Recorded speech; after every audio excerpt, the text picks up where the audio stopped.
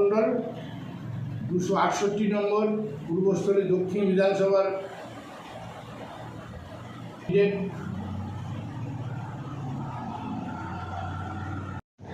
আসন পাচ্ছেন। দেখুন, আমি 268 নম্বরের প্রার্থী রবীন্দ্রনাথ মণ্ডল, জাতীয় কংগ্রেসের প্রার্থী। আমি মোটামুটি খুব ভালো সাড়া পাচ্ছি, কারণ এই পূর্বস্থলী দক্ষিণ হচ্ছে শস্য শ্যামলা, মানে কৃষি প্রধান এবং তন্তুজীবী প্রধান, তাপ প্রধান এলাকা। আমি সকলের জন্য সবসময় কৃষকদের নিয়ে বিভিন্ন সময় বিভিন্ন জায়গায় আন্দোলনে রত থাকি এবং তাঁতিদের নিয়েও থাকি। মানুষের অভাব অভিযোগ নিয়ে সব জায়গায় যাই, সেই সুনামটা আমার রয়েছে। তো আমি এখন প্রার্থী হয়ে যখনই কোনো গ্রামে যাচ্ছি পদযাত্রায় বা বাড়িতে বাড়িতে যাচ্ছি, সকলের কাছে ভালো রকম সাড়া পাচ্ছি যে না, এবার আমাদের পাল্টানো দরকার। কেন না, আমরা পারছি না। নামে সুপার স্পেশালিটি হসপিটাল বানিয়েছেন দিদিমণি, ওখানে আপনি গেলে দেখতে পাবেন, বা আপনাকে যদি বলেন আমি নিজে দেখিয়ে দিতে পারি, একটা বেডে 4টে পেশেন্ট। এমন কোনো বেড নাই যে সিঙ্গেল পেশেন্ট আছে। তা সেখানেও ধরুন আমি গিয়ে যথেষ্ট সুপারের সঙ্গে বিভিন্ন রকম আলোচনা, বিভিন্ন রকম প্রবলেমের জন্য পেশেন্টদের জন্য বলি। সেই সমস্ত দেখে মানুষ এখন চাইছে যে এই পূর্বস্থলী দক্ষিণ বিধানসভায় আমাকে নির্বাচিত করে বা আসি।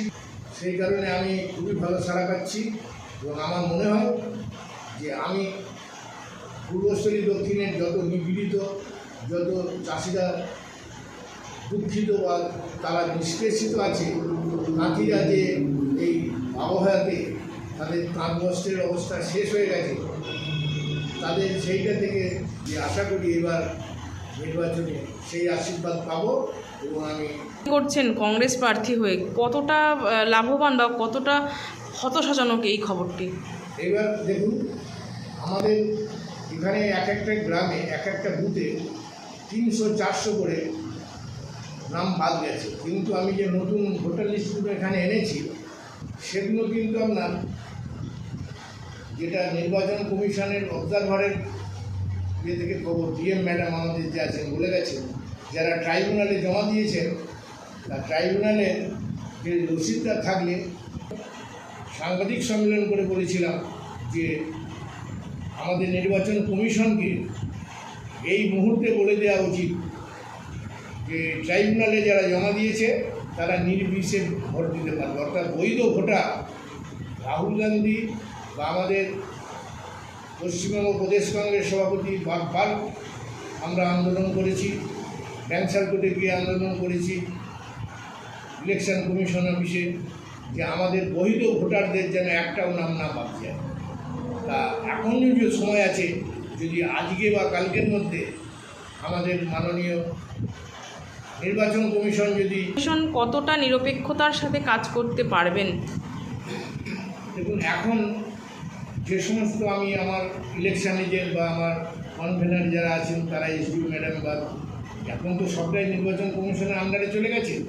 তা যেভাবে করছেন সবটা যদি যেটা মুখে বলেছেন, যেমন বাইরে সিসিটিভি, ভিতরে সিসিটিভি, কোনো বুথের ভেতরে কোনো রকম এজেন্ট বসবে না, আমাদেরও বসবে না, শাসক দলেরও বসবে না, এটা যদি নির্বিঘ্নতা আসে তাহলেও ভোটাররা কিন্তু নির্ভয়ে ভোট দিতে পারে। এবং নির্ভয়ে ভোটটা যদি দিতে পারে তাহলে দেখবেন এবার সরকারটাই বদল হয়ে যাবে, কারণ মানুষ বিরক্ত হয়ে গেছে।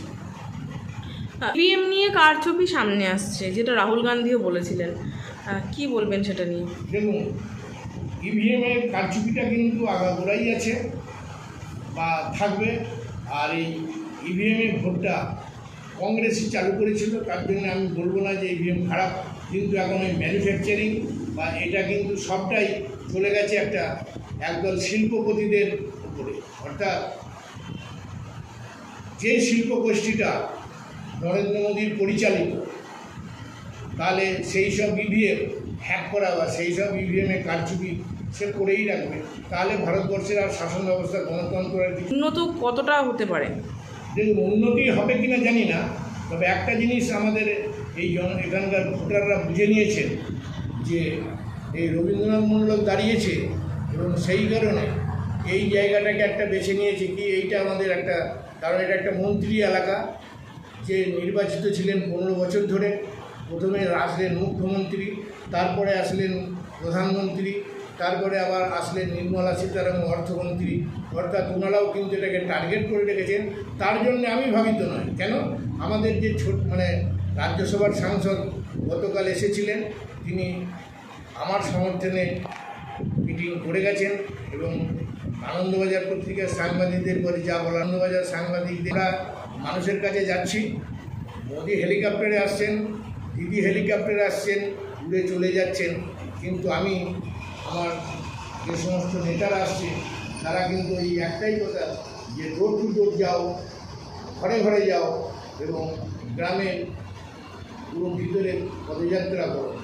তা আমি সেই কারণে ভাবিত নয়, আমি তাতে খুশি এবং আমি চাই যে খেলার মাঠে যদি প্রতিদ্বন্দ্বী ঠিকঠাক থাকে তাহলে খেলাটা জমবে।